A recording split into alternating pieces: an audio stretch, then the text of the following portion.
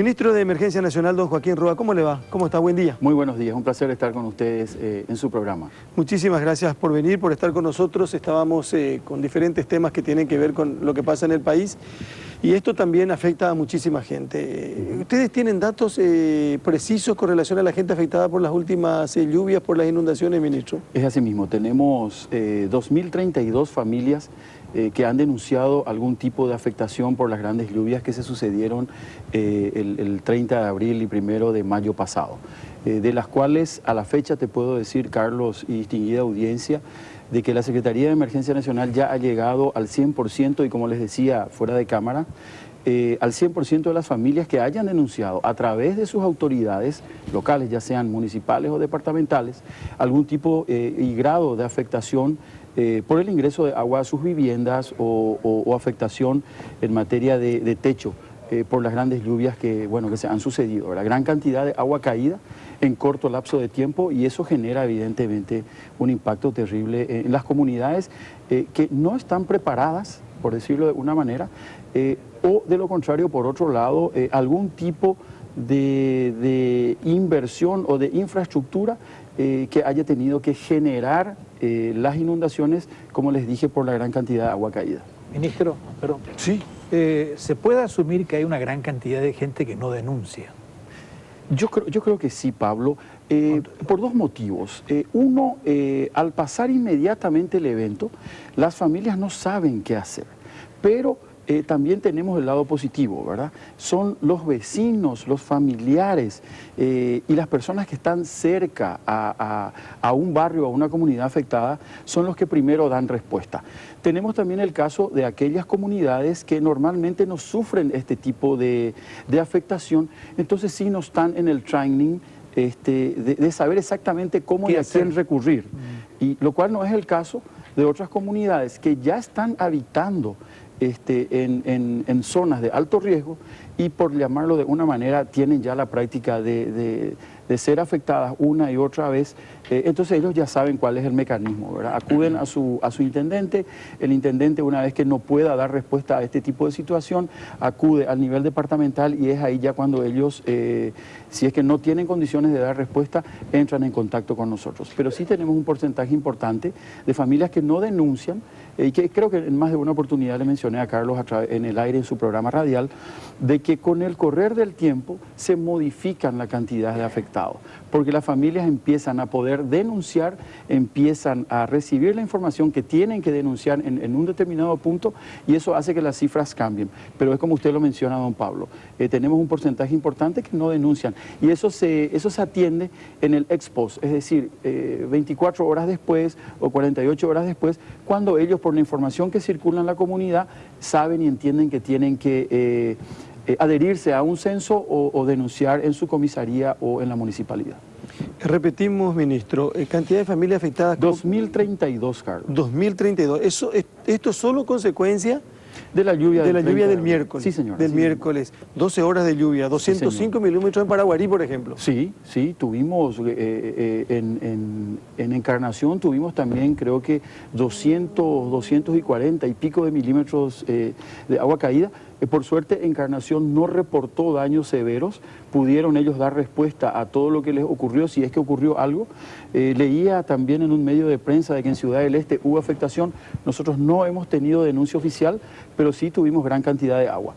Y no podemos perder de vista la tormenta que afectó Luque, Mariano Roca Alonso y Lambaré, en donde me decía el intendente de Luque que rompieron un récord de 192 milímetros de agua caída en 12 horas. En esta última tormenta tuvimos 202 milímetros de agua caída en 6 horas. ¿En dónde fue eso? En Luque. En la otra tormenta, la tormenta que cae antes de Semana Santa. Antes de Semana Santa, sí, es cierto. ¿Y San Antonio también fue muy perjudicada? Muy perjudicada, sí. Acá en Central, digo. En Central, sí. ¿Y cuánto invirtió o cuánto le cuesta? La pérdida, digamos?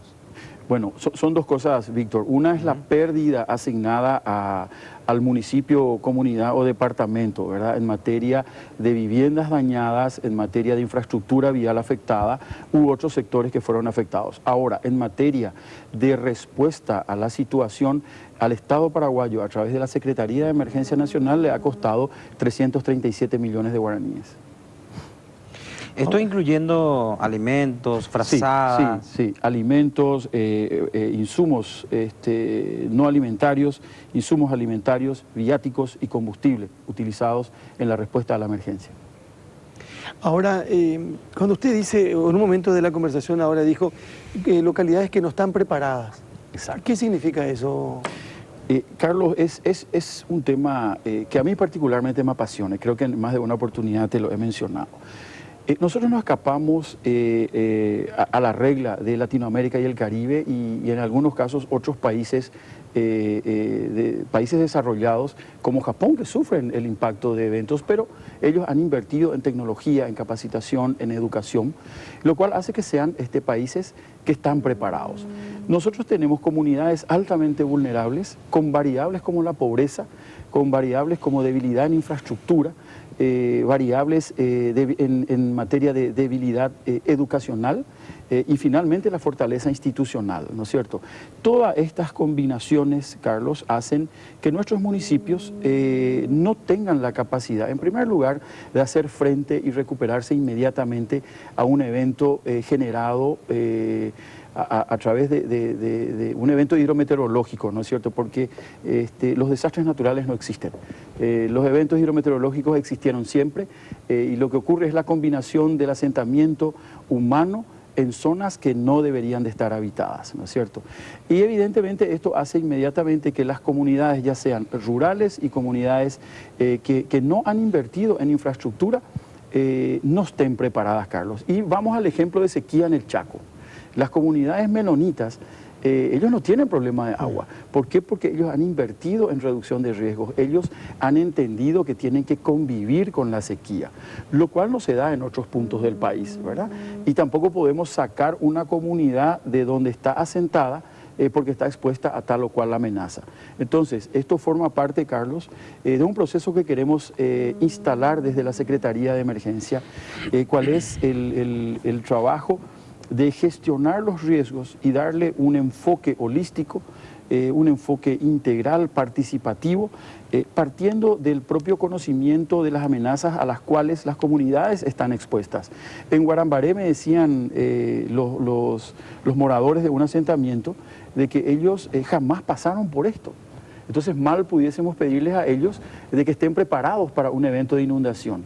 Entonces esto le correspondería al municipio empezar a identificar cuáles son las amenazas, vulnerabilidades y riesgos a las cuales está expuesto su ámbito geográfico. Un mapeo. Claro, nosotros ahora desde la Secretaría estamos perfeccionando y terminando un Atlas Nacional de Riesgos en donde estamos insertando toda esta información estadística a efectos de distribuir posteriormente a los gobiernos municipales, a los gobiernos departamentales, para que sobre esto se trabaje en la planificación del desarrollo de las ciudades, en donde vamos a invertir en infraestructura y cómo lo vamos a hacer. En Zapucay, me contaba el gobernador de que tuvieron que cortar ellos una calle que habían construido hace poco. Fíjense la inversión que le ha costado a lo mejor al municipio de la misma comunidad construir su camino empedrado. Y este camino empedrado se convierte en un dique artificial, ¿sí?, que hace que dos barrios que jamás se inundaron en Zapucay pasaron por una inundación severísima con esta última tormenta. Ahora, ¿cuáles son los puntos más vulnerables del país, ministro? Víctor, yo te puedo decir de que nosotros no contamos con una información exacta al respecto. Ahora, sí yo te puedo hablar, por ejemplo, de las comunidades y regiones en donde estamos asistiendo en un promedio importante durante el año y durante el ciclo en el cual se presentan los eventos hidrometeorológicos, ¿no es cierto? Tenemos un ciclo de lluvias, tenemos un ciclo de sequías, tenemos un ciclo de sequía asociada con incendios forestales y yo te diría que si nosotros no trabajamos todo el país tiene un alto índice de riesgo. ¿El tema Ñembucú cómo está? Bueno, Ñembucú está atendido por la Secretaría de Emergencia Nacional. Personal que estaba haciendo recambio desde Ñembucú vino a quedarse a trabajar en Paraguarí y estamos retomando hoy el proceso de entrega de kits de alimentos a las familias afectadas por las lluvias anteriores, no a estas lluvias. Estas lluvias las que hicieron fueron, en primer lugar, hacer la suspensión del proceso de entrega de kits de alimentos, agravar la condición de infraestructura vial del departamento, pero nosotros estamos reanudando el proceso de entrega de kits de víveres en el día de hoy. y de ser necesario vamos a instalar puentes aéreos a efectos de poder llegar a aquellas comunidades que se encuentran aisladas en el departamento. Ñembucú tiene una particularidad, hoy está bajo una ley de declaración de emergencia, lo cual le permite a la Secretaría de Emergencia Nacional los mecanismos administrativos para poder llegar más y mejor al departamento. Están aislados en Cazapá ante la falta de puentes, por ejemplo, porque dice comunidades aisladas en casi todo el país. ¿Qué perjuicio hicieron estas lluvias en los últimos días? Terrible. Bueno, dijimos entonces, 2032 familias, ¿y cuánto se...? 337 millones de guaraníes en asistencia. 337 alimentos, frazadas, millones. viáticos. Y el pronóstico del tiempo habla otra vez de lluvia a partir de hoy hasta creo que el martes, ministro. Sí, nosotros estamos en apresto operacional. Ya hemos iniciado todos los procesos administrativos de reposición de insumos de ayuda humanitaria que podrían ser necesarios durante nuevamente el pronóstico de lluvias que tenemos para el país, ¿verdad?